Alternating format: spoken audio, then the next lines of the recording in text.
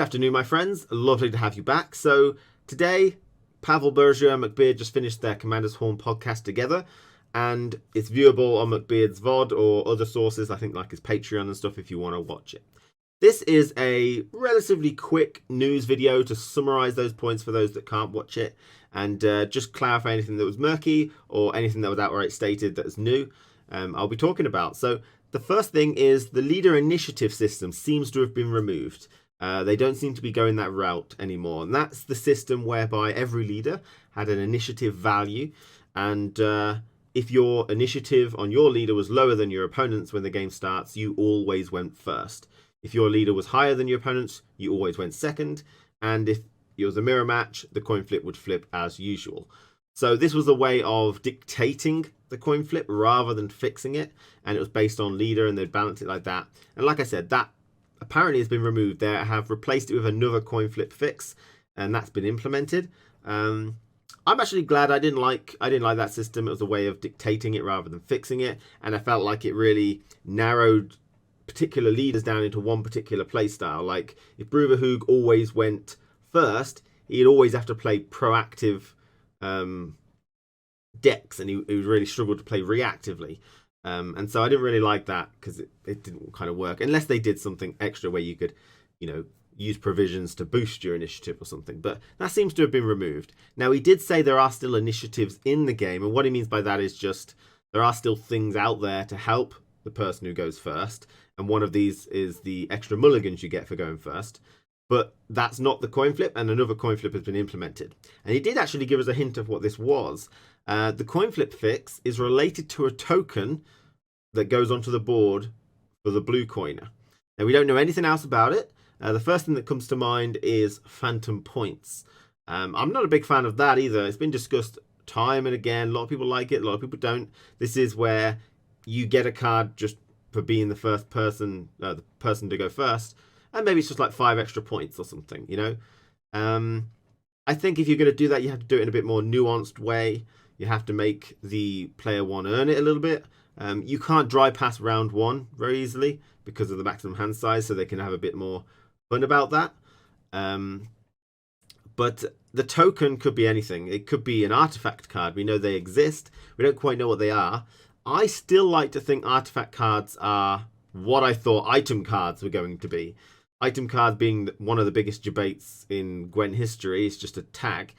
Artifact cards I thought were going to... Item cards I thought were going to be an individual new style of card. Like you had units, you had spells, and then you had items, like enchantments or something. So I'm hoping that artifacts are a bit more interesting than just a different type of tag. And the token could be an artifact card, which will give you a bit of freedom to be a bit more exciting. Like, really, all I want is nuance with that particular fix, and hopefully they'll do it. The next thing that they mentioned is that there are going to be achievements in the game. I'm really happy about this because World of Warcraft achievements, they're really fun, Obviously, you get completionists, it's a nightmare because it's so bloody hard. But there are going to be achievements for Thronebreaker and multiplayer, okay? And apparently at the minute, Pavel said the last number he can remember is they've got 81 achievements in the game split between them. And McBeard alluded to the idea, he didn't know, the idea of having currency on these achievements that you could use then to buy cosmetics or skins for your leaders and stuff. And that's a really good system. Going back to World of Warcraft, they have a point system or a currency system tied to achievements. And then, you can spend that on particular things which are what you would call maybe exclusive, or, the elite would get it, whatever you call that particular phrase, where if you've took the effort to get these achievements, then you get to show off something that maybe not many other people have. So I really like achievements, as long as they're fun and not grindy. I think CD Projekt Red won't go for grind like you would see in a lot of other multiplayer games. Play 2,000 matches, play 5,000 matches, play 10,000 matches. That's the worst kind of achievement. The more interesting ones are something like play 50 strength in 1 turn, obviously balanced for Homecoming, whatever, has a lot of strength in that game. Consume 10 creatures in one particular game or something. The interesting things that you can just play around. If it incentivizes you to play a different type of deck, that's cool. you know, it's pretty cool. So achievements are in the game. Next up, there was a clear no to Mahakam Festival, Sourvine, and Midwinter Hunt being able to play these before Homecoming. The reasoning was that everyone's focused on Homecoming, and it's not as easy to just release this as we may think. I personally thought it was just, flicking a switch or a little bit of code saying this is the date that it releases on. Mahakam Festival was in like Halloween or something, or Sourvine was. So you just say release it during this date. But apparently it's not that easy, and they're focused on Homecoming, so they're not going to be allowing us to play that before Homecoming releases. So sorry about that. And finally, Pavel Bergia answered my question of why they lowered the overall value of bronzes and golds. And it's an answer we already knew, and it wasn't wholly satisfying, which is they did it to prevent swingy games. So you get up to 30, and then it swings back down to 0, and then it gets up to 25, and then it's, they want to keep the game more stable and sort of consistent as it plays.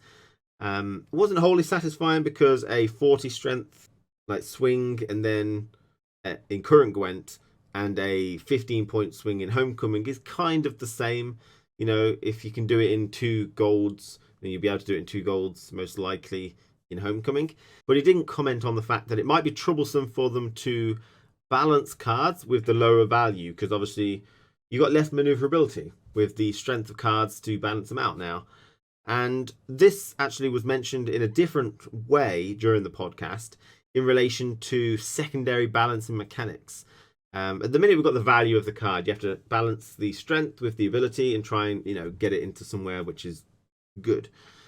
However, they did toy with an idea a while back, giving units a toughness thing as well. So they were harder to kill. I don't quite understand how that works, but it means that you could increase the strength and the toughness independently to try and balance the card. He did say very quickly that wasn't Gwent, and they didn't like that, but they like the idea of secondary balancing. And I've been thinking about it, and it's basically where provisions come in. They mentioned the fact that you can now actually balance a card with the strength and the ability, but also with the provision. So you can make it a bit more expensive to put in the deck, and that would balance it a little bit more. So the rest of your deck gets inherently worse if you pay a lot of if you put in a lot of high provision cards, then you're going to obviously weaken other parts of your deck. So this secondary balancing thing is something they're doing, which to me sounds good. I mean, it sounds like it's reasonably all right. So although I wasn't satisfied with the answer too much, I do feel like it's in an okay place, and we'll have to see where it goes with the provisions when they reveal it. There was not much else mentioned. I mean, they mentioned some other stuff like there's no mill in Homecoming. They've gotten rid of that, but I think we kind of already knew that. They also mentioned that they have better animations for when cards hit the board, but they're just not implemented yet. This is something which a lot of people have been worried about. In fact, the VOD, the podcast, Pavel went into a lot of really good detail on telling us exactly what we've been saying. And that just goes to show that they really do seem to read the feedback and understand what we're saying. So that's great. That's it for this video. Thank you for watching. Take care, and I'll see you again very soon. Goodbye.